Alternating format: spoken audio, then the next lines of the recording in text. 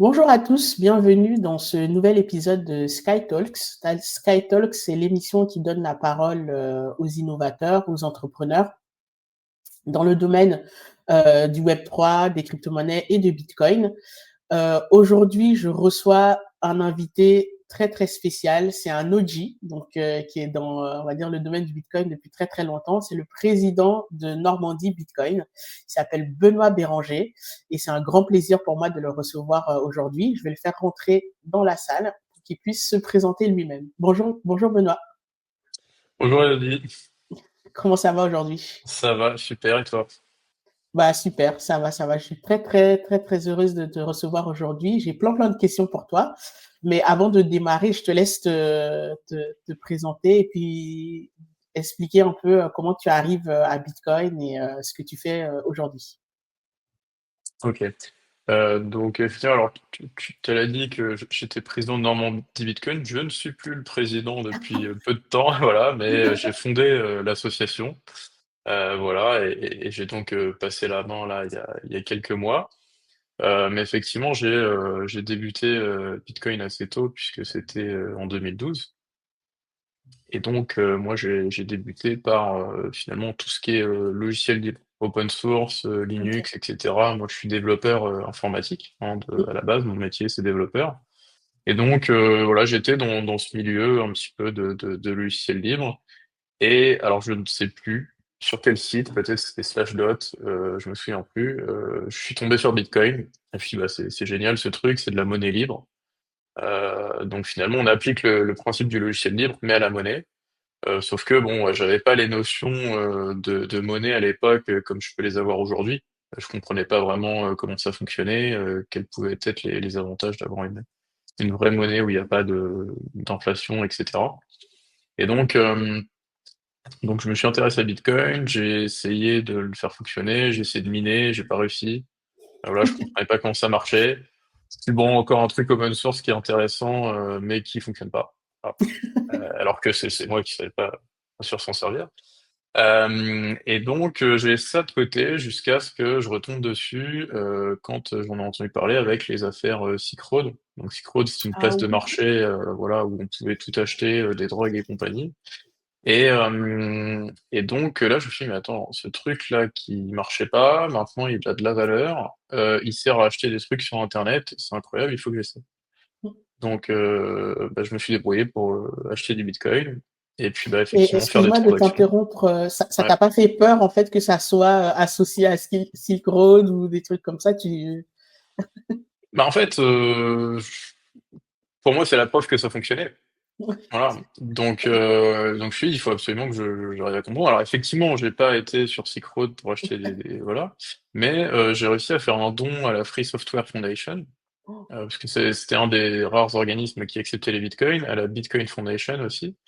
J'ai même été adhérent, je crois, de la Bitcoin Foundation. Et donc voilà, mais effectivement, donc ça marchait. Il y avait aussi ce fameux marché noir là de Silk Road. Et donc, bah ensuite, effectivement, là, on tombe, comme on dit, dans le terrier du lapin. Ouais. Et puis, bah, on n'en ressort plus, voilà.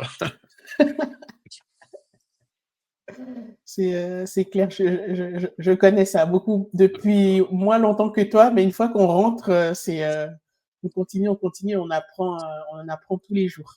Voilà. Donc, du coup, moi, ce que je fais là depuis, alors, j'ai commencé donc Bitcoin en 2012. J'ai démarré les meet-up Bitcoin en 2018. Voilà, ensuite la fondation de l'association Normandie Bitcoin. Et donc en fait, j'ai été aussi, j'ai une activité de formateur dans le monde du numérique et de responsable pédagogique dans une école d'ingénieurs. Donc je suis aussi dans le monde de l'éducation depuis plus de 10 ans. Et donc voilà, je donne des conférences sur Bitcoin, j'organise des événements avec Normandie Bitcoin, je participe à des événements bah, partout voilà, en Europe et dans le monde comme BTC Prague là prochainement. Et donc effectivement j'ai un focus sur l'éducation Bitcoin. C'est vraiment voilà ce qui m'intéresse. Et donc aujourd'hui, je suis indépendant, je fais de la formation et du coaching, donc en fait de l'accompagnement pas à pas et individuel, donc de Mmh. l'accompagnement personnalisé pour ceux qui veulent justement comprendre et adopter Bitcoin. Et je me concentre aujourd'hui, parce que ça n'a pas toujours été le cas, mais je me concentre uniquement sur Bitcoin. Ce qu'il faut savoir, c'est qu'à l'origine, l'association s'appelait Crypto Normandie. Voilà, donc on était D'accord, ouvert OK. en fait à d'autres cryptos, notamment Ethereum. Hein, c'était principalement Bitcoin et Ethereum. De toute façon, à cette époque-là, Ouais, il bon, y il n'y avait avait que pas les 2. grand-chose d'autre. Mmh. Voilà. Et effectivement, petit à petit, avec l'expérience que j'ai aujourd'hui, je me suis tourné vers Bitcoin uniquement. Puisqu'il y a déjà tellement de choses à connaître et à apprendre, à découvrir avec Bitcoin que j'ai pas de temps à perdre en fait sur d'autres projets et pas d'argent non plus, parce qu'en termes voilà d'investissement, je pense que ça reste la base la plus solide à long terme. Voilà. Et moi je suis pas là pour spéculer, pour essayer de faire des trucs à court terme, je vois vraiment à long terme. Donc du coup je me concentre sur Bitcoin et c'est aussi ce que j'enseigne globalement. On pourra en reparler, je pense peut-être un peu plus tard. Oui, tout à Mais fait. c'est pareil au niveau technique, voilà, on a eu aussi le glissement d'Ethereum vers la Proof of Stake, ce genre de choses, Ouais. qui font que clairement aujourd'hui c'était déjà pas crédible, mais voilà, pour moi ça l'est plus du tout. Donc voilà, Bitcoin only. Et donc voilà, j'enseigne Bitcoin et Bitcoin. j'accompagne tous ceux qui sont intéressés. Et je suis en train de terminer aussi l'écriture d'un livre, puisque finalement, je me suis rendu compte que le problème pour comprendre Bitcoin, bien souvent, et pour, je dirais, accrocher les gens à Bitcoin, pour susciter un minimum d'intérêt, c'est que déjà, il y a un manque d'éducation financière. En France, notamment, hein, il y a un vrai problème là-dessus. La plupart des gens ne savent pas comment fonctionne la monnaie, la Mmh. finance, même ils savent pas trop gérer même leur argent. Ils n'arrivent pas à mettre de l'argent de côté. Enfin, voilà. Donc il y a toutes ces problématiques-là. Et finalement, il y a des très bons livres en France, en français. Moi, j'aime beaucoup, par exemple, L'étincelle Bitcoin. Mais bah, voilà, c'est des livres qui font plusieurs centaines de pages, qui sont très très bien, très très complets. Mmh. Mais voilà, pour les débutants, ça fait un peu. Moi, j'ai fait le test, on l'a offert à plusieurs personnes qui sont pas dans Bitcoin du tout. Bah, ils ont lu deux, trois chapitres, et puis ils ont arrêté. Voilà, donc c'est un peu un pari, mais c'est de se dire, bah voilà, j'aimerais bien pouvoir offrir un livre à mes amis qui sont pas bitcoiners. Et Mmh. finalement, j'ai pas encore trouvé vraiment ce livre-là. Ou alors il y a des livres qui sont pas mal, comme celui d'Alexandre Stachenko et Claire Pachenko, ouais. Balva, Ouais, mais je l'ai lu celui-là, ouais. qui sont pas uniquement Bitcoin. Voilà, ils parlent aussi d'autres. Donc moi, je voulais quelque chose qui soit uniquement Bitcoin, enfin, qui soit pas uniquement Bitcoin justement. Enfin, c'est-à-dire que qui prennent le contexte plus large Oui. de c'est quoi le problème aujourd'hui avec la monnaie, avec ce genre de choses, et du coup, pourquoi est-ce qu'on arrive à Bitcoin? En gros, hein, Ouais, c'est le ça le cheminement, process. jusqu'à Bitcoin. OK. Voilà, parce que dire Bitcoin, c'est génial, c'est ce Mmh. que j'arrête pas de faire depuis plus de 10 ans, mais ça marche pas. Il faut déjà voir quel est le problème. Pourquoi Bitcoin a été inventé, en fait? Mmh. Bitcoin a été inventé quand même pour résoudre un certain nombre de problèmes, et c'est justement, je trouve, ce qui fait la différence entre Bitcoin et tous les autres projets, c'est que Bitcoin résout un vrai problème à la base. Et voilà, il a une vraie utilité. Il y a d'autres projets qui explorent tout un tas de voies, mais qui à mon avis, sont pas viables de mon point de vue. Bitcoin, il y a un vrai cas d'usage aujourd'hui. Il y en a une plein, en fait, des cas d'usage, hein, parce Cas que d'usage, il ouais. y a, voilà, il y a aussi le minage, voilà, il y a plein de choses intéressantes sur l'énergie à faire. Donc bref, voilà, je vais m'arrêter là pour la présentation. Je pense que Non, non, c'est moi, suffisant je et te je laisse vais y aller répondre à parce tes questions. que c'était tellement, c'était très intéressant ce que tu disais, notamment, en fait, je retiens et ça me fait écho à ce que un invité récent que j'ai eu me disait que pour comprendre Bitcoin, il faut comprendre l'argent. Mm. Voilà. Et, et, C'est voilà. exactement le point de mon livre. Voilà, c'est exactement là où j'en suis arrivé après plus de 10 ans. Même moi, en fait, ce que je dis souvent, c'est que j'ai mis plusieurs mois, bien sûr, à comprendre Bitcoin d'un point de vue technique. Alors, j'ai passé plus de 3 mois, quasiment tous les jours à l'étudier pour essayer de comprendre comment ça marchait. Et en réalité, j'avais pas tout compris, hein. Mais c'est surtout que j'ai mis ouais, quasiment 10 ans à comprendre. ce qu'était vraiment Bitcoin et ce que ça apportait vraiment, on va dire, à la société, est-ce que c'était vraiment comme révolution, quoi. Voilà. Mmh. Et c'est ça que j'essaie de transmettre dans mon livre. Et ça, finalement, c'est pas de la technique.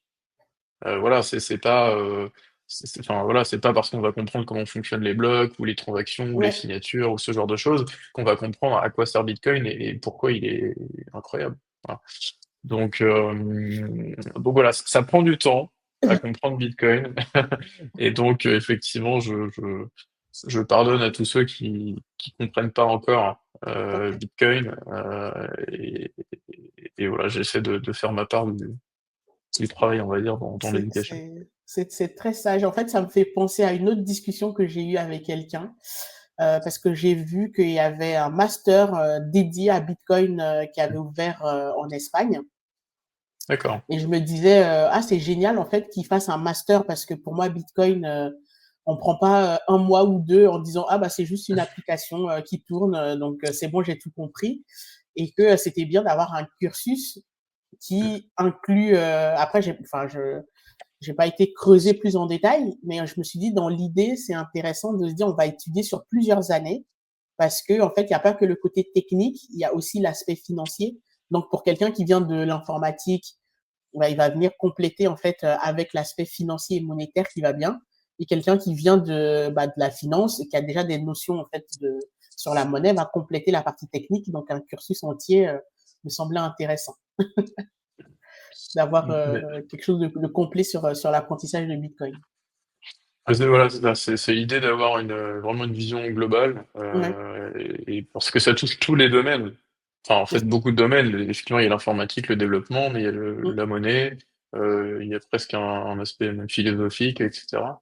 Donc, moi d'ailleurs, j'ai participé à la conception d'un diplôme, en fait, d'un titre mm, qui s'appelle développeur blockchain, mais qui en fait est très clairement axé sur Bitcoin.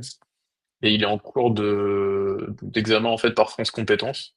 ah, trop Donc bien. pour le moment, voilà, on n'a pas de retour parce que c'est long, hein, voilà, ça prend plusieurs Ouais. mois tant qu'ils étudient. Mais j'espère avoir un retour là d'ici quelques mois. On verra si c'est validé ou pas. Et yes, bah en tout Ouais. cas, ça fera peut-être l'opportunité d'un autre épisode parce que moi, je serais trop contente de pouvoir parler de ça parce que la clé, c'est vraiment qu'on puisse donner de l'information, éduquer le plus de personnes. Mm. Moi, j'ai des questions par rapport à ton métier concrètement. En fait, quelqu'un enfin, c'est quoi les gens, les personnes qui viennent te voir? Qu'est-ce qu'elles recherchent comme information sur Bitcoin? Et concrètement, en fait, au quotidien, quand tu fais du coaching sur Bitcoin, qu'est-ce que tu fais? Ok, bah, j'accompagne tout type de public. Alors c'est vrai que ça va être plutôt des particuliers, des entrepreneurs, etc. Et donc ça peut être principalement, voilà, principalement, hein, parce qu'après il y a toujours des cas particuliers, etc. Mm, Des personnes qui ont entendu parler de Bitcoin, mais donc sont intéressées, ont suivi notamment par exemple une de mes conférences, mais voilà, ils ont peur en fait. Voilà, ils savent pas où aller. Il y a plein d'informations sur Internet, il y a plein de plateformes d'échange, il y a plein de portefeuilles matériels, enfin voilà, donc ils sont un peu perdus. Et donc, ils se disent, bah, du coup, j'ai peur, donc j'y vais pas. Et donc, moi, je leur tends la main, je leur dis, bah, voilà, moi, ça fait plus de 10 ans que je suis dans l'écosystème. En plus, ça fait plus de 10 ans que je suis dans l'information, donc je sais transmettre, voilà, des mm, compétences. Je vais vous accompagner, pas à pas, pour acquérir vos premiers bitcoins, pour comprendre comment ça marche, pour les sécuriser, pour éventuellement les transmettre à vos enfants, etc., pour faire des transactions. Donc, on installe, par exemple, un portefeuille sur le téléphone, un portefeuille mobile ok. pour qu'ils puissent aussi, par exemple, faire des achats en Bitcoin. Mm, Je leur montre aussi que Bitcoin, ça sert à payer, c'est une vraie monnaie. Donc nous, à Rouen, on a le bar des fleurs qui accepte les paiements en Bitcoin, on a Carrefour aussi. Donc voilà, je leur dis, bah voilà, maintenant que vous avez un portefeuille, allez faire vos courses, allez payer votre café. On installe un portefeuille matériel aussi pour mm, sécuriser à long terme. On apprend à utiliser une plateforme d'échange pour acheter et vendre, etc. Donc ça, c'est la base, hein, ce que j'appelle le pack autonomie. Ça se fait en ok. 3 séances d'1 heure. Et puis, il y a aussi ceux qui ont déjà acheté des bitcoins, et même des fois d'autres cryptos, et qui, en fait, se disent: «Ah ouais, mais c'est sur Coinbase ou sur Binance et voilà, moi j'aimerais bien, que ce soit vraiment à moi, les sécuriser sur Mmh. long terme». Et puis comprendre, en fait, parce qu'ils juste ils ont acheté pour investir finalement, mais ils comprennent pas du tout, comment ça marche, c'est quoi une adresse, comment on transfère des bitcoins d'une adresse à une autre, d'un portefeuille à l'autre. Donc voilà, c'est tout ça finalement, que je fais avec mes clients, et c'est, du personnalisé et du pas à pas. Donc ça, OK. c'est ce qui fonctionne, assez bien, parce qu'avant et bon, j'en fais toujours, mais je faisais des formations. Par exemple, on prend, 2 jours, avec un groupe de 5-6 personnes, pendant 2 jours et voilà, formation classique, mais finalement, il y a des questions spécifiques, ça touche aussi à l'argent, donc des Ouais. fois, il y a voilà, il y a des questions qu'on n'ose pas forcément poser en groupe ou qui sont, voilà, qui on a besoin de répondre à des problématiques précises. Donc finalement, en 3 heures, là, ce que j'arrive à faire, en fait, c'est incroyable. Voilà. Par rapport aux même les clients eux-mêmes, hein, me disent, voilà, ouais, je pensais pas qu'on pourrait, aller aussi loin en si peu de temps. Parce que, bah, c'est direct, en fait. Voilà, donc on Mmh. perd pas de temps, on va, sur leurs objectifs à eux. Ouais. Bien sûr, on fait un bilan, en fait, au début. Moi, je propose à tous mes clients, mes prospects, un appel gratuit, de 30 minutes, où on fait le point tout simplement. Voilà, je leur pose des questions, on voit où est-ce qu'ils en sont et je leur propose, bien sûr un accompagnement derrière et donc ben, voilà, on va sur les problématiques qui les intéressent directement. Il y a des personnes qui vont être plus intéressées par exemple la vie privée, OK. d'autres par l'aspect sécurité, d'autres par, voilà, j'ai même été, surpris, je pensais pas que ça intéresserait autant, certains clients, mais ouais, l'aspect, vie privée, OK. l'aspect, souveraineté et cetera. Mmh. Et voilà, il y a pas que l'aspect financier qui rentre en compte, hein, donc ça, c'était plutôt la bonne surprise. Mais bien sûr, il y a aussi l'aspect financier, on n'est pas là pour perdre de l'argent, hein, ça Bien c'est sûr, évident. bien sûr. Donc voilà, on parle aussi stratégie, Mmh. d'investissement si besoin, bref, je réponds à leurs questions et donc c'est pas, trop compliqué pour moi puisque avec l'expérience que j'ai, Ouais, voilà, c'est, ça se fait naturellement, quoi. Et même des fois, j'apprends quand même des choses, parce qu'il y a des clients qui arrivent à me poser des questions. Je mmh. dis: «Ah, c'est vrai que ça, moi, c'est pas un point que j'ai, vraiment creusé parce Mmh. qu'il m'intéresse pas plus que ça» et donc bah, du coup, je vais creuser un peu, je fais mes recherches et puis voilà. Mais notamment, c'est plus sur le moi, je donne pas de conseils, ni financiers, ni fiscal, et cetera, hein. Mmh. C'est pas mon métier, je suis plus sur le conseil technique. Mais forcément, il y a des questions qui arrivent donc C'est clair. ça me permet de me remettre à jour des fois, voilà, sur Bah, c'est ce qui est quelques génial en détails. fait, quand on est formateur, en tout Exactement. cas qu'on est dans la formation, c'est que, bah, moi je dis toujours en fait, plus on partage en fait, plus on reçoit. Parce que c'est sûr que quand tu es en face d'une personne, bah, d'une personne à l'autre, bah, les questions, le contexte est différent donc toi-même tu fais grandir en fait tes connaissances donc c'est top de faire ça et ça te permet vraiment de cristalliser tes connaissances, quoi. Mmh. Et bah, en fait, moi je me quand j'ai vu en fait ton intitulé, je me dis: «Bah, ça va forcément s'adresser en fait à des gens qui connaissent pas et cetera». Mais dans tout ce que tu expliquais, je me dis: «Ah tiens effectivement, et même si je suis enfin j'ai déjà en fait, acheté, et manipulé Bitcoin, je me dis: «Ah tiens effectivement, ça peut être intéressant». Quand on a même déjà manipulé parce qu'on arrive aussi avec des questions plus précises en fait de: «Ah tiens, il y a tel aspect en fait que je maîtrise pas trop et puis toujours demander de l'aide quoi, c'est super intéressant. Par exemple, il y a, beaucoup de questions sur Lightning.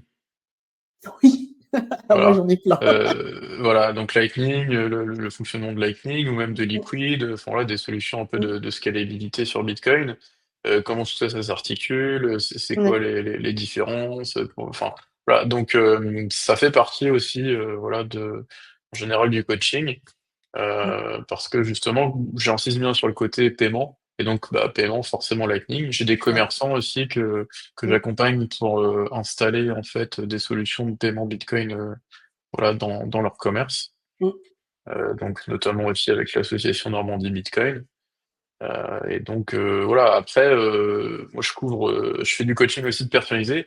Clairement le voilà, ce qui fonctionne le mieux, le produit phare, c'est ce coaching-là en 3 séances. Ouais, Mais je fais bien sûr du personnalisé, et je suis ravi aussi d'accompagner des clients sur des problématiques plus spécifiques, que ce soit sur du minage par exemple, que ce soit sur des questions de par exemple d'héritage ou de multisignature ou de voilà, il y a tout un tas de choses qui sont possibles. Et donc bah là, c'est du cas par cas. Et c'est aussi ce qui est intéressant parce que bon, moi j'adore accompagner les débutants parce que justement c'est extrêmement valorisant de se dire que bah, ils vont pouvoir éviter toutes les erreurs que moi j'ai pu faire, voilà, à l'époque. Euh, mais j'aime bien aussi voilà quand il y a des clients qui ont des problématiques qui sortent un petit peu de l'ordinaire ouais, et ça arrive parfois, voilà. Donc c'est axé sur tous les niveaux. Enfin, en tout cas, c'est moi aujourd'hui, j'ai la possibilité d'accompagner tout le monde. Ce sera peut-être plus le cas au bout d'un moment. bien Voilà, sûr. je sais pas, peut-être que je me concentrerai un peu plus sur des points plus techniques. Mmh. Mais voilà, moi j'aime bien aussi les débutants. Voilà. Les débutants. Ouais. Bah, du coup, moi, je vais en profiter de t'avoir pour poser une question parce que, bah, moi, mon domaine, en fait, c'est la partie paiement. Quelles sont les solutions justement de scalabilité, en fait, de Bitcoin? Tout à l'heure, tu parlais de Lightning. Est-ce qu'il y en a d'autres? Et puis, globalement, sans forcément rentrer dans tous les détails techniques, comment elles fonctionnent? Et comment, en fait, un commerçant peut en tirer parti? Alors aujourd'hui, clairement, Lightning, c'est le leader, enfin, c'est la solution que finalement tous les commerçants utilisent. Il y a des commerçants qui utilisent encore Bitcoin on-chain, hein, donc c'est vraiment Ouais. la couche de base de Bitcoin. Ouais, j'en ai Euh, rencontré, hein. voilà. C'est vraiment des OG. Ouais, c'est ça. Alors pourquoi pas pour des gros paiements, hein. Je veux dire, voilà, Ouais. si je vends des voitures, par exemple, c'est pas du tout, Mmh. voilà, c'est pas du tout bête de passer on-chain. Ouais, c'était un vendeur de Euh, moto que j'ai croisé qui faisait ça. Ouais, bah, du coup, c'est pertinent en fait, hein. Ouais, c'est C'est pertinent. pertinent parce que effectivement, passer un certain montant, en tout cas, vu les frais aujourd'hui qu'on peut Mmh. avoir sur la chaîne principale, bah, en fait, ça va être même moins cher en termes de frais d'utiliser Bitcoin pour une transaction, par exemple pour une moto, une voiture, que de le faire avec Lightning, en fait. Mmh. Voilà, parce que voilà, pour expliquer un petit peu à ceux qui justement connaissent pas forcément. euh, Sur Bitcoin, les frais de transaction, ils sont pas dépendants du montant en fait qui est transféré. Mmh. Voilà. Ils sont plutôt dépendants de la complexité technique de la transaction et surtout de l'utilisation du réseau. C'est-à-dire qu'il y a plus il y a de personnes qui veulent passer une transaction à un moment donné, bah, plus ça va être cher en fait. C'est un peu Mmh. comme des enchères. C'est un marché de voilà, marché de frais de transaction. Alors que sur Lightning, en général, c'est plutôt des frais qui sont proportionnels au montant qu'on va transférer. Donc c'est hyper avantageux quand c'est des petites transactions, des Mmh. petits montants, parce que c'est instantané, les frais sont assez faibles.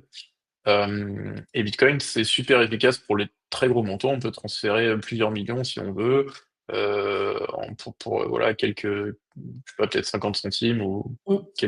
quelques dollars ou euros de frais. Donc voilà, c'est intéressant. En 10 minutes, ce qui est quand même de toute façon plus rapide qu'un virement.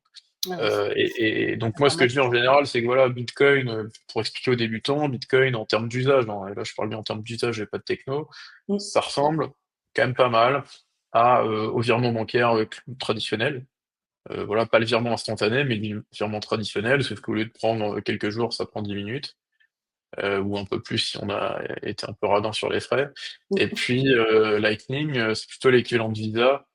Pareil en termes d'usage, hein, voilà, parce que la techno, ça n'a rien à voir, mais voilà, ça permet de faire des paiements instantanés pour des petits montants. Parce que de toute façon, sur Visa, il y a les plafonds de cartes, hein, voilà, donc Ouais. on peut pas, voilà. Sur Lightning, il n'y a pas de plafond, mais c'est vrai que il y a quand même des contraintes techniques sur la capacité des canaux, etc. Donc Mmh. voilà, c'est fait pour les petits paiements. Donc ça, c'est les deux solutions aujourd'hui qui sont utilisées, Bitcoin on-chain et Lightning. Mais il y en a d'autres qui sont pas très utilisées. Mmh. Il y a notamment Liquid. Liquid, c'est assez intéressant. Il y a en fait, c'est une sorte de Bitcoin. Alors c'est ce qu'on appelle une side chain. Side OK. chain, donc c'est-à-dire que c'est une blockchain qui est séparée de la blockchain de Bitcoin, hein, qui est à côté, une Mmh. chaîne parallèle, voilà, on pourrait dire en français. Donc c'est une blockchain Alors que Lightning, ce n'est pas une blockchain. Ok, c'est un réseau qui est sécurisé par des transactions Bitcoin, mais c'est pas une blockchain. Donc ça a des avantages, c'est que du coup c'est instantané. Liquid, c'est une blockchain, donc c'est pas tout à fait instantané, mais par contre c'est une blockchain qui est beaucoup plus rapide que celle de Bitcoin.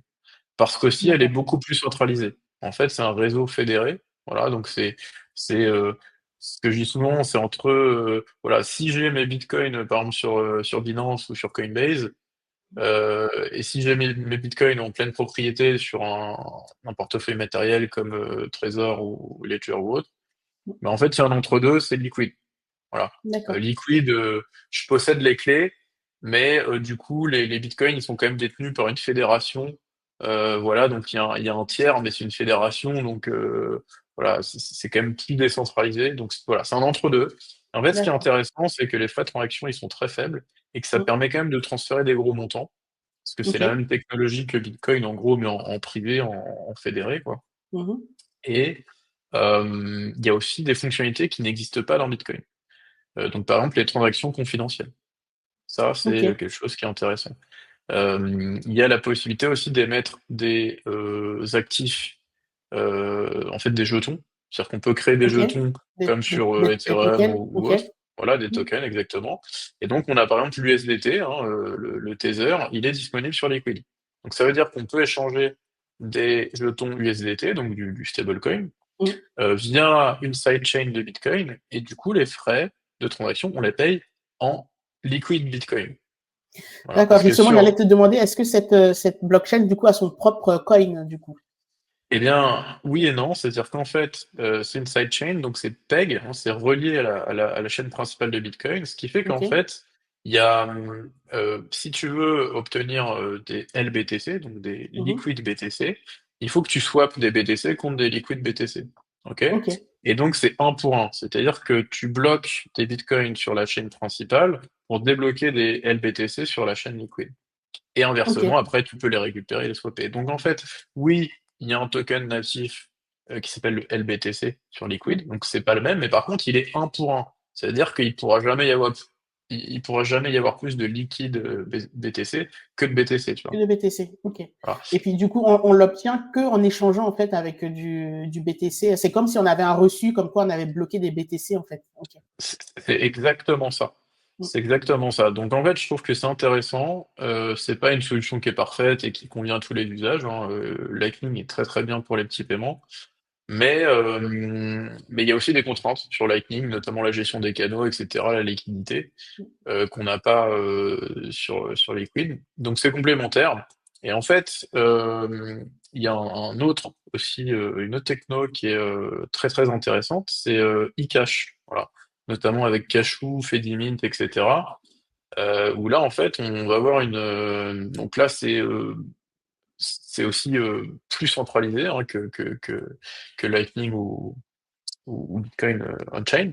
Mm. Mais pareil, donc c'est des jetons en fait qui sont gérés par une fédération. Enfin voilà, par exemple, Fedimint, c'est une fédération. Et ce qui est intéressant, par contre, c'est que ça utilise voilà, une certaine technologie qui permet de faire des paiements qui sont totalement confidentiels. Et donc, en fait, même ceux qui gèrent en fait la fédération ne peuvent pas forcément savoir qui échange quoi avec. Voilà. Donc, D'accord. en termes de vie privée, c'est très intéressant. Et il y a une autre fonctionnalité que je trouve incroyable sur eCash, c'est le fait de pouvoir euh, utiliser de la monnaie sans Internet. Voilà. Très Donc intéressant. ça, c'est quand même hyper intéressant. Donc toujours pareil, c'est des compromis, hein, voilà, Mm. il y a pas de solution parfaite. Il faut savoir qu'est-ce qui est intéressant ou pas. Mais je pense que pour les paiements du quotidien sur des petites sommes, eCash, c'est vraiment une solution à surveiller de près. Pour le moment, c'est pas encore prêt, hein, voilà, c'est Mm. expérimental. Bon, moi, je l'ai déjà utilisé, ça fonctionne, il n'y a pas de problème, mais bah, aujourd'hui, il n'y a aucun commerce, en tout cas, à ma connaissance, qui l'accepte, en tout cas en France. Euh, mais voilà, ça m'est déjà arrivé de payer des amis comme ça avec du e-cash, et après, on peut les récupérer sur Lightning. Sur Voilà. Lightning. Ah, Donc, ok, ouais, donc, j'allais donc en demander, fait, du coup, s'il faut un ouais, portefeuille spécial ou. oui, il faut un Ok. portefeuille spécial, mais qui est en général, ils sont tous compatibles Lightning. Donc en fait, Lightning, Ok. ça va devenir un petit peu la couche de scalabilité qui va relier toutes les autres. Voilà. C'est un peu OK. ça la vision. C'est-à-dire qu'on a Bitcoin en bas, on a Lightning juste au-dessus, qui est vraiment une vraie L2, hein. Lightning, c'est une Mmh. vraie L2 parce que on peut vraiment récupérer des vrais Bitcoins.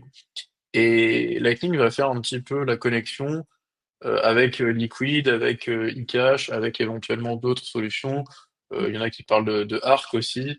Alors voilà, il y a tout un tas de solutions de scalabilité qui commencent à émerger sur Bitcoin. Et aujourd'hui, bah, Lightning, c'est utilisable partout, hein. Il y a des solutions que tu connais probablement, comme Swiss Bitcoin Pay, Tout à fait, ouais. voilà, ou BTC Pay Server, Mmh. pour ceux qui veulent être vraiment souverains. Enfin voilà. Donc ça, c'est assez facile en fait, hein. Les clients que j'accompagne, en quelques minutes, on crée un compte, on installe l'appli sur un terminal Tout à fait, ou ouais. un Mmh. smartphone. Mmh. Voilà, donc c'est quand même super facile aujourd'hui. Par rapport à ce que ça a été, en tout cas il y a Oui, oui, quelques oui, années. oui, tout à On fait. aura sûrement encore un peu de progrès dans les années qui viennent. Et puis je pense qu'un jour, ce sera transparent, en tout cas j'espère. On se Mmh. posera pas la question de savoir quelle est la couche qu'on utilise. On scannera le QR code Et ou en sans voilà. contact et ça marchera et puis voilà, quoi. Exactement. Et bah, du coup, tout à l'heure, tu parlais de Liquid, en fait, qui permet aussi d'avoir la partie enfin des jetons donc de l'USDT. Est-ce que la troisième solution que tu as évoquée, eCash, aussi est dans cette optique? Ou même Lightning, est-ce que, il y a des réflexions sur Lightning, Mmh, par exemple, pour pouvoir intégrer, bah, des c'est vrai. stablecoins, par exemple? Bah, sur Lightning, oui, il y a Taproot Assets. Mmh.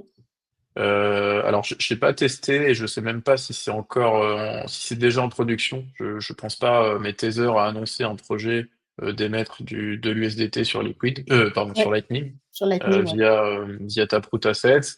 Il y a le projet RGB qui est là depuis longtemps, mais c'est vrai que pour le moment, c'est encore, très expérimental de ce que j'ai pu voir. Voilà, c'est prometteur, c'est intéressant.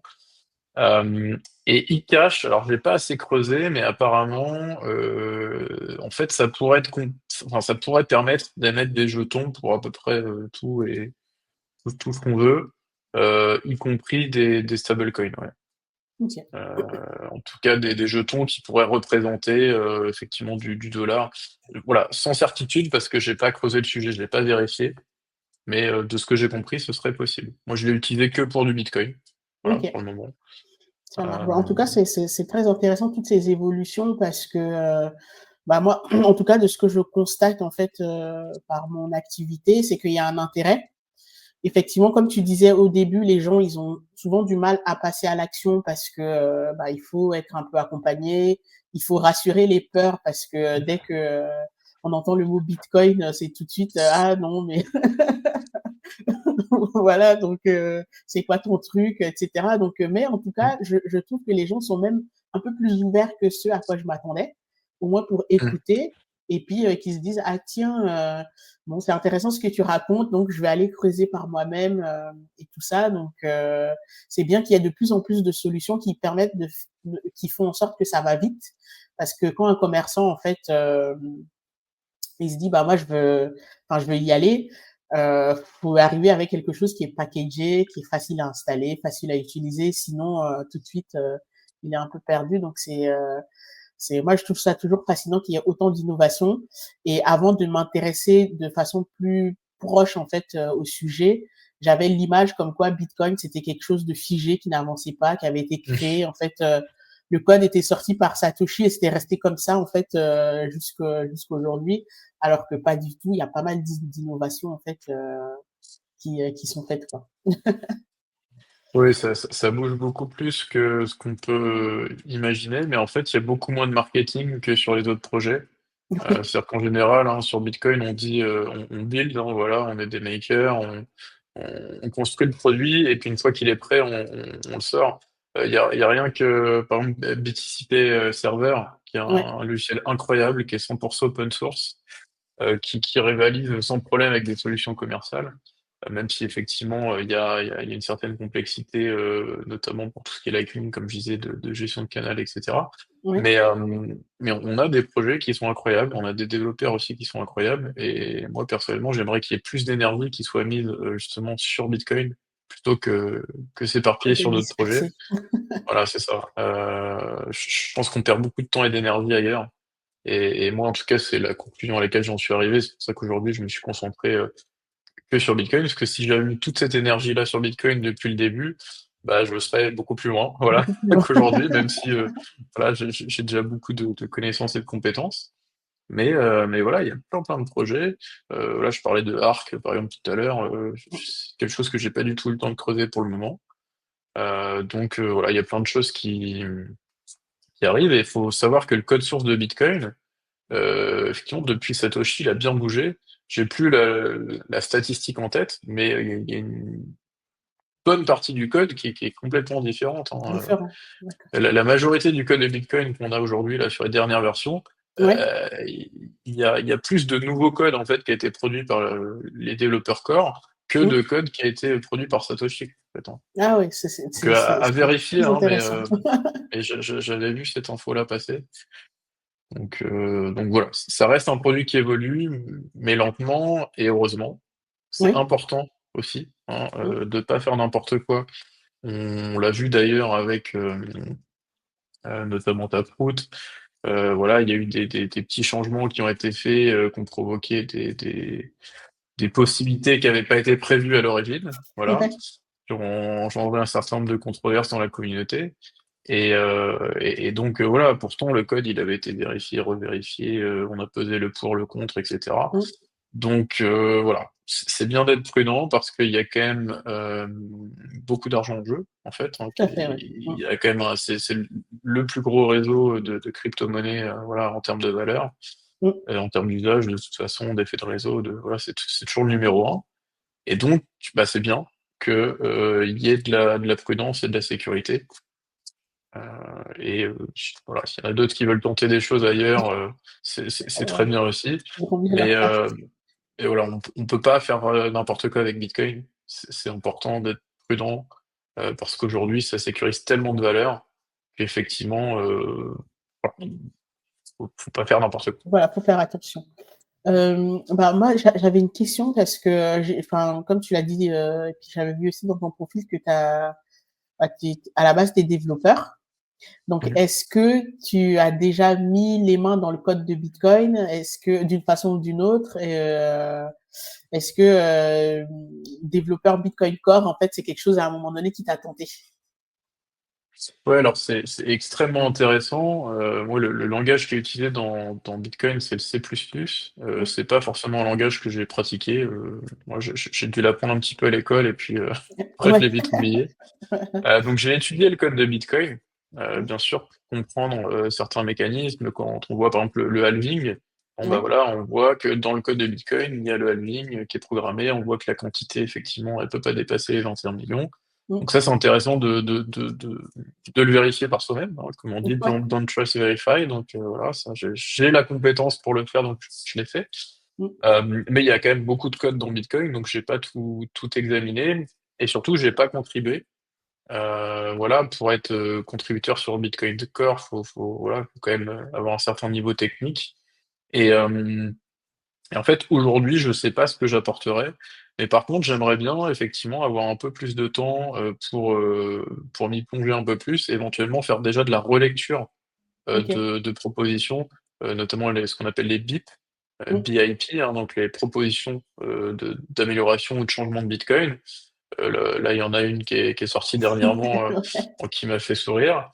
Et, La mais fameuse en Up fait, Return ou c'en est une autre ou celle avec alors les non, Satoshi? alors oui, on pourra parler de la Up Return, hein, c'est un vrai sujet, Mm. j'ai ma petite idée là-dessus, mais je parlais de la proposition qui est d'ailleurs pas vraiment technique, mais qui consiste à changer le nom de l'unité de base de Ah oui, Bitcoin, oui, oui, hein, oui.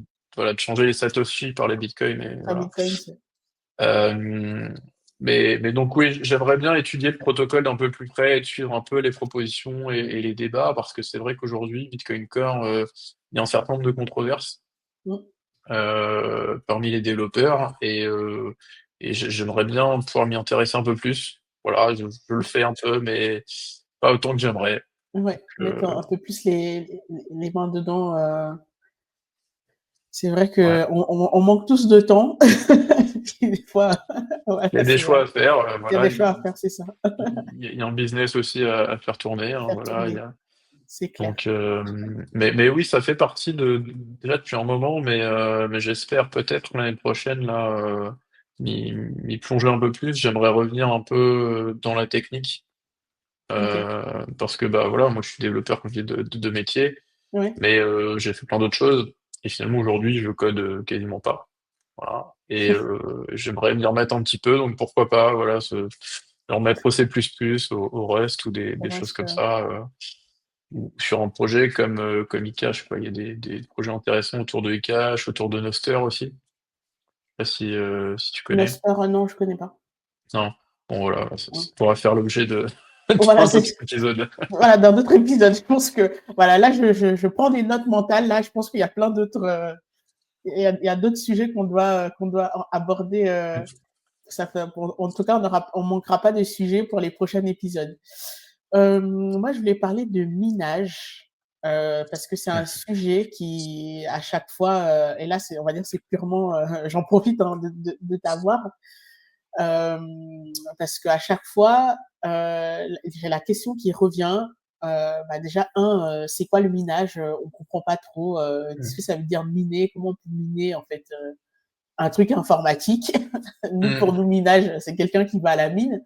Mmh. Et le deuxième point, c'est mais en plus votre truc, ça pollue tellement, voilà. Donc c'est pas très, on va dire planète friendly. Donc, j'aimerais avoir ton avis en fait Mmh. sur la question. Déjà, comment expliquer le minage, par exemple, à Mmh. un enfant de 5 ans et qu'est-ce que tu réponds en fait aux gens qui disent que ça pollue et qu'on devrait arrêter ça tout de suite? Ouais. Alors le minage, pour l'expliquer, à un enfant de 5 ans, bon, c'est pas simple, hein, mais on peut dire que le minage, c'est, alors déjà pourquoi on parle de minage? Parce qu'effectivement, Satoshi a imaginé, d'ailleurs il y a pas que Satoshi, hein, parce que la preuve de travail date un peu d'avant Satoshi quand même, avec notamment Adam Back et d'autres. Euh, En fait, c'est de prendre cette analogie de l'or, de dire que l'or, bah, effectivement, il faut produire un travail pour l'extraire. Ok?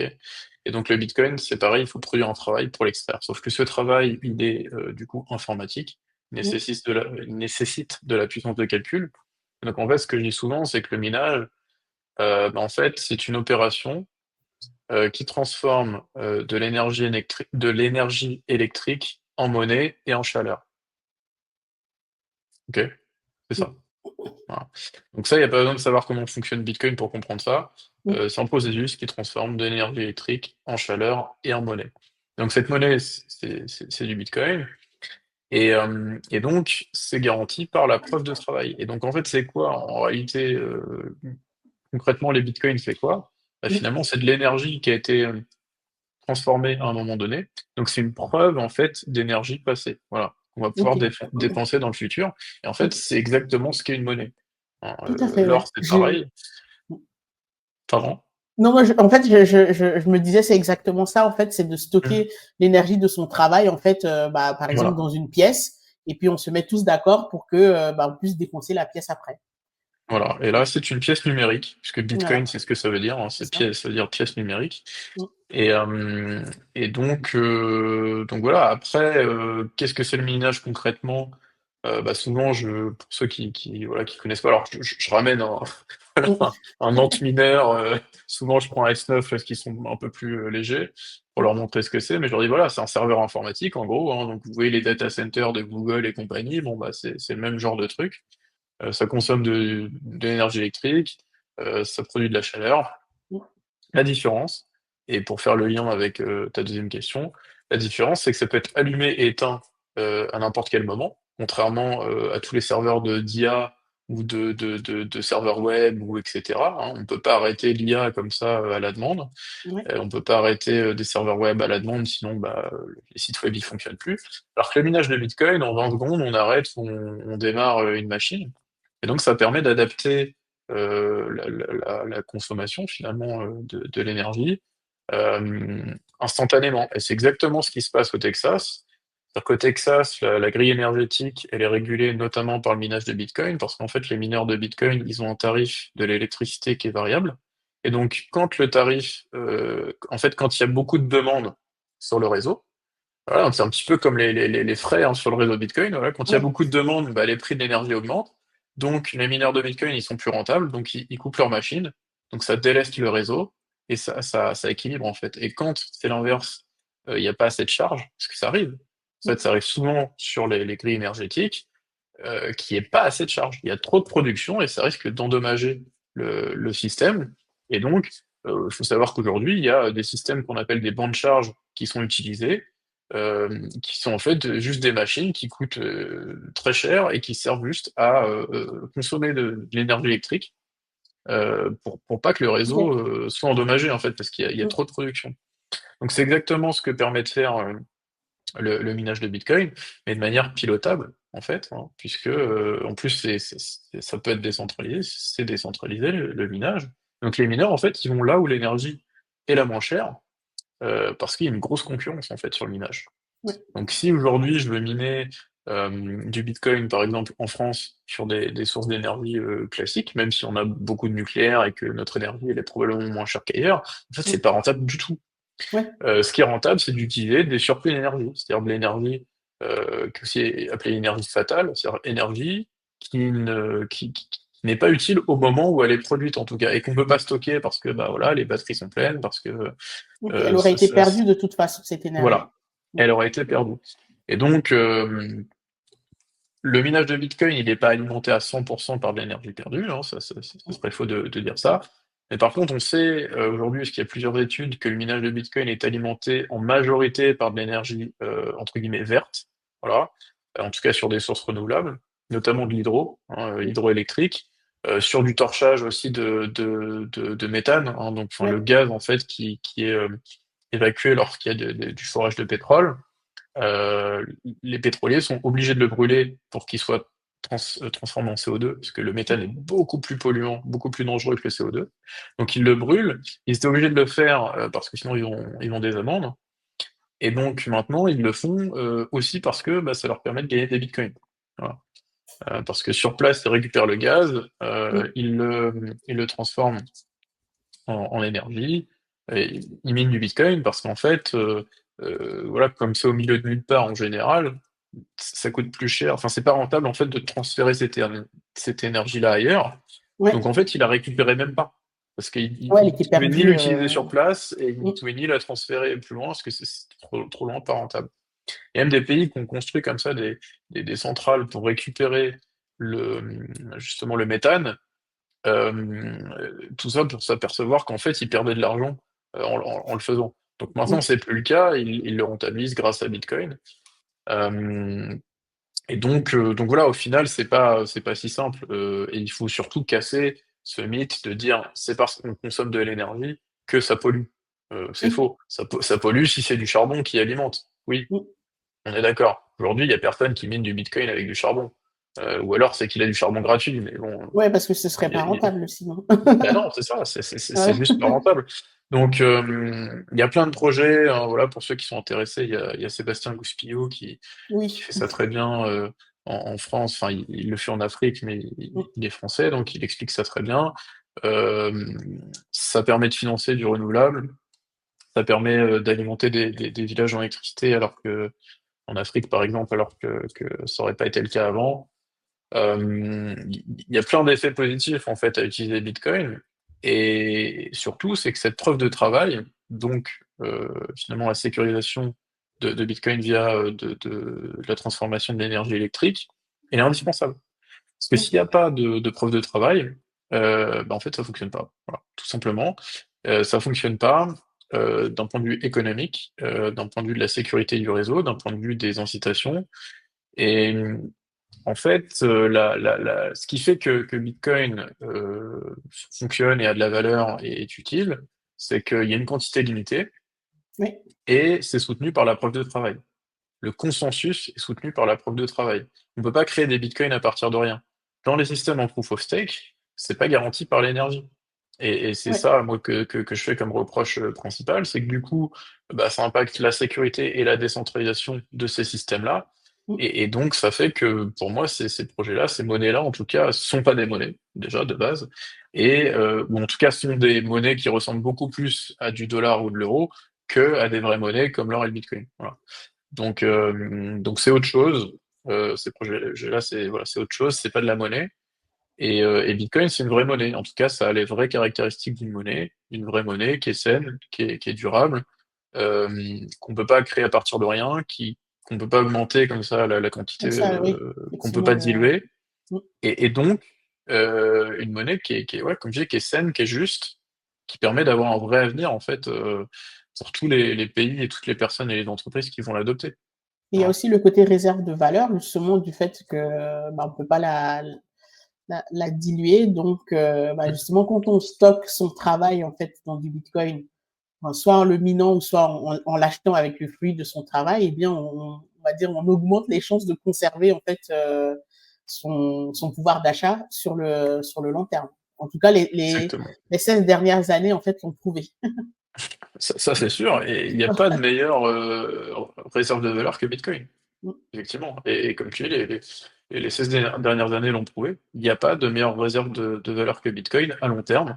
Hein, si on a un horizon d'au moins 5 ans, et il n'y a pas photo. Voilà, c'est juste imbattable. Euh, et ça, il n'y a aucune autre monnaie, aucun autre réseau qui peut le garantir à l'heure actuelle. Le temps passe tellement vite. Ah là là. le temps, le temps passe vite. Je regarde dans la liste des sujets que je voulais, mais comme il ne nous reste plus beaucoup de temps, je pense que le mieux, c'est de parler bah, de ton livre, de revenir là-dessus. D'ailleurs, je vais l'afficher pour que bah, tu nous en parles un peu plus.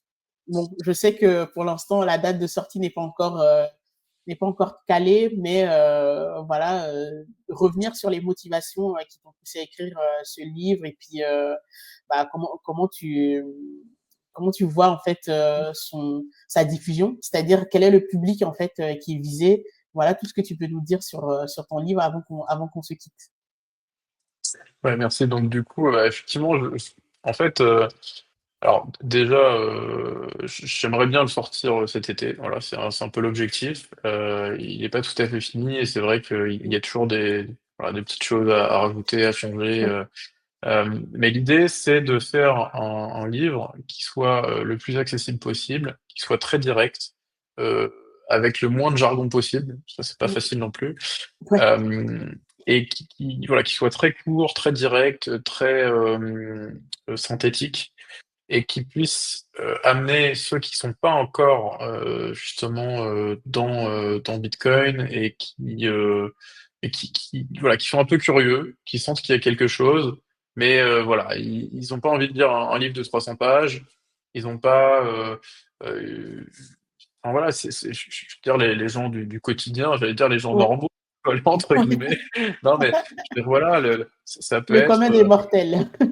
c'est le commun des mortels, c'est pas des personnes qui sont ni dans la finance, ni dans l'informatique, ni dans ce genre de choses, mais qui voient que finalement Bitcoin, bah, effectivement, ça fait 16 ans, Bitcoin est toujours là, il est pas mort, il est pas disparu, il y a des États qui l'adoptent, il y a des régulations qui arrivent, il y a des pays qui sont quand même plus ou moins pro-Bitcoin. Bon, chez nous, dans l'Union européenne, c'est un peu la cata, je trouve.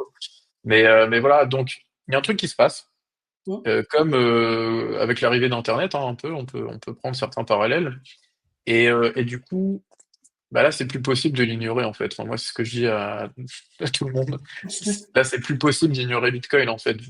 Mais du coup, bah, c'est vrai que c'est pas simple quand même. Il y a beaucoup de personnes qui disent ouais, mais j'y comprends rien, c'est compliqué, machin, un truc. Donc, il n'y a pas besoin de savoir démonter un moteur pour conduire une voiture. Tout à Donc, il fait. n'y a pas besoin de lire le code de Bitcoin pour l'utiliser. Très belle Et analogie. voilà. Donc, du coup, c'est un peu ça le point de départ de mon livre. C'est comme je te disais, c'est de me dire, bah, moi, j'aimerais bien avoir un livre que je peux offrir à mes amis, même à des gens, en fait, tu vois, que je rencontre, avec qui je discute. Et il y a un moment donné dans la conversation, il y a un point qui fait que je vais parler de Bitcoin parce que c'est pertinent. Moi, je parle pas de Bitcoin à tous les gens que je rencontre, tu vois, comme un témoin de Jéhovah, ou enfin, voilà. Mais C'est pas de voilà, propagande. c'est un biais qu'on peut avoir hein, quand on est à fond C'est dans. vrai.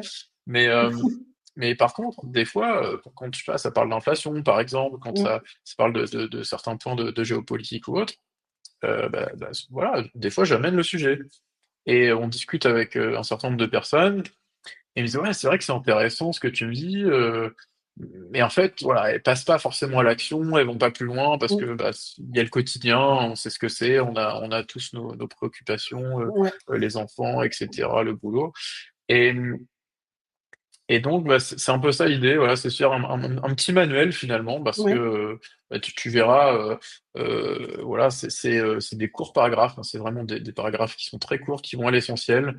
On peut lire, même un paragraphe par jour si on veut, ouais. voilà. Ça pourrait être l'idée. Il faudrait que je fasse un calendrier Bitcoin en fait avec avec un truc à lire par jour. Voilà, Voilà, c'est ça. il y a des idées, hein, voilà, le calendrier de l'avent, je sais Voilà, pas. c'est ça le calendrier de l'avant Bitcoin avec un chapitre, Voilà, à mais lire voilà, pendant donc c'est en fait, le but, c'est de faire comprendre pourquoi Bitcoin, c'est un changement de paradigme. Voilà, pourquoi c'est complètement différent de ce qu'on a vu avant, mmh, de ce qu'on connaît, donc notamment la monnaie fiat, comme on dit, la monnaie, fiduciaire. Comment ça va nous impacter, qu'est-ce qu'on peut faire, comment on peut s'y mettre et c'est de donner en fait cette envie, ce déclic, d'aller plus loin. Voilà, pour les personnes qui connaissent rien à Bitcoin, qui savent pas par où commencer et après, justement quand on a commencé par ça, on peut très ouais, bien se faire accompagner, voilà forcément, je pour aller propose plus comme je loin. disais mes services, Mmh, de coaching, de formation, mais il y a aussi d'autres livres, il y a des sites, qui sont, super comme, Me Primal Bitcoin, comme, Plan B Network, tout un tas d'autres et donc voilà, de d'essayer d'avoir la meilleure introduction possible à Bitcoin, ce qui est absolument impossible, hein, voilà, parce qu'on est tous différents. Non, mais voilà, ouais, on a ouais, tous ouais, des points de vue différents. Comme je disais, il y en a qui vont être plus intéressés par le côté liberté, d'autres ouais. par le côté épargne, d'autres par le côté technologique, par enfin voilà, on a tous des approches différentes. Mais là, voilà, j'ai essayé de parler en fait à un peu tout le monde. De tout le Voilà, monde. à un peu tout le monde, que ça soit des particuliers, des commerçants, des entrepreneurs. On a quand même cette, impression globale, pour ceux qui, en tout cas, ont pas les yeux totalement fermés, que, il y a un problème d'un point de vue notamment économique, qu'on va pas trop dans la bonne direction et que ce problème-là, il vient quand même de la monnaie. Mais ça, Oui, c'est le lien qui manque, en fait. C'est c'est que ça. la plupart des gens ne font pas le lien entre, la monnaie, le système monétaire qui est, heu, même pas, il y en a qui disent: «Ouais, le système monétaire est défectueux, il est cassé, il est» je dirais presque qu'il est c'est comme ça qu'il est conçu, en fait. Ouais, Hein, c'est donc pas un bug, c'est sa nature. voilà, c'est un petit peu ce que j'essaie de faire passer comme message. C'est pas forcément un bug, Mmh, mais du coup, Bitcoin, c'est la solution, en fait. mmh, Voilà, ça va pas résoudre tous les problèmes du monde, du jour au lendemain, mais d'un point de vue monétaire, c'est quand même une sacrée avancée.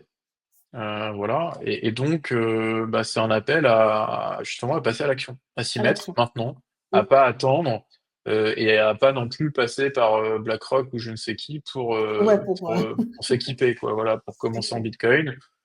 Moi, c'est ce que j'explique encore une fois dans mes coachings. Mmh, Voilà, tu commandes un portefeuille matériel, tu passes par une plateforme d'échange, non custodiale et voilà, tu es maître de ton argent, en fait, hein, voilà, ton ouais, tout à argent, fait. tu peux être ta propre banque, on Mmh, peut pas te le saisir, on peut pas te le voler, et ça, c'est ça, pour moi, voilà, le l'essence vrai en changement fait, de paradigme. On a enfin une vraie monnaie, on a enfin un vrai système monétaire, mmh, sur lequel on peut être souverain et auquel on peut avoir c'est vrai confiance que c'est aussi. pas évident à faire comprendre Mmh. à la plupart des gens et donc c'est mon objectif. On verra si je réussis mon OK, pari. voilà, en tout cas, Voilà. j'ai hâte de lire ton livre et là, pendant que tu parlais, j'ai déjà imaginé, 2-3 personnes à qui j'aimerais bien l'offrir pour dire: «Bah, écoute, trêve les des bavardages, comme moi tu me crois pas, bah, écoute, voici un livre, lis-le et puis on en reparle, quoi». Parce qu'en fait, c'est ça, moi j'avais commencé à acheter des livres, mais qui coûtent 25 €, Mmh, et à les offrir et déjà les gens les lisent pas parce ils lisent que, pas, ouais. c'est trop volumineux, c'est trop Mmh. enfin voilà, on a plus l'habitude de lire, hein. Aujourd'hui, la plupart des Oui, gens, oui, ils oui, ils lisent pas en fait, hein, tout simplement. Hem Et donc, notre capacité d'attention, elle est quand même assez réduite. Et donc là, c'était pour justement répondre à ce besoin-là, de dire, bah, on n'a pas beaucoup de temps, on n'a pas beaucoup d'attention. J'ai essayé que ce soit le plus digeste possible et en même temps le plus instructif possible, ce qui est pas, voilà, ce qui est pas simple. Ouais, Donc voilà, c'est un concentré, je vais droit au but et je suis très très, j'ai hâte en fait d'avoir les retours des lecteurs. oui, Pour le moment, bien sûr, je l'ai fait relire à pas mal de personnes et les retours sont plutôt bons, voire très bons. Notamment pour ceux qui connaissent pas du tout Bitcoin. On dit: «Ouais, Bitcoin, c'est oui. super, ça m'a donné envie d'aller plus loin», donc Ah bah c'était le but. ça c'est Donc top. voilà, parfait. Donc ouais, j'ai hâte d'arriver au bout, de pouvoir le publier et d'avoir surtout les retours et puis, bah, par rapport à ça, d'améliorer éventuellement. Je pense que, voilà, très probablement, je n'en resterai pas là Ouais, si si c'est en fonction des si ça retours. marche bien. Bon, en tout cas, moi, j'ai hâte de le lire. J'ai hâte de le lire, d'offrir à des gens parce que je me dis c'est comme ça qu'on va diffuser la connaissance par des bouquins qui sont accessibles en fait à la plupart des personnes. Donc, bah, déjà félicitations de cette initiative. Et puis, je te remercie beaucoup. On n'a pas pu aborder tous les sujets en fait que je voulais, mais je pense que bah, du coup, je serai obligée de te réinviter. Je serai obligée de te réinviter parce qu'il reste encore d'autres sujets en fait à aborder. Mais bah, en tout cas, c'était un grand plaisir d'échanger avec toi. Et puis merci beaucoup, tu as donné beaucoup de valeur. Là, il y a beaucoup de choses, je pense, de grande valeur dans cette interview. Donc merci à toi. Merci à toi pour ton invitation et tes questions pertinentes. Effectivement, je pense qu'il y en aura encore d'autres et Oui, moi, c'est toujours un plaisir de parler de Bitcoin et aussi, bah, justement de répondre à des questions, comme ça, parce que c'est vrai que quand on arrive, à un certain niveau d'expérience, bah, c'est bien aussi de pouvoir, voilà, avoir des questions, pour nous ramener, on va dire à la réalité. Voilà, comme tu dis, le minage, expliqué à un enfant de 5 ans, bon, bah, ouais, OK. ouais. C'est un Ça vrai devient un peu défi, plus terre mais à terre. voilà, du coup, c'est ça que j'aime bien aussi, donc voilà. Merci. Super. En tout cas, merci beaucoup et bye bye. Bye.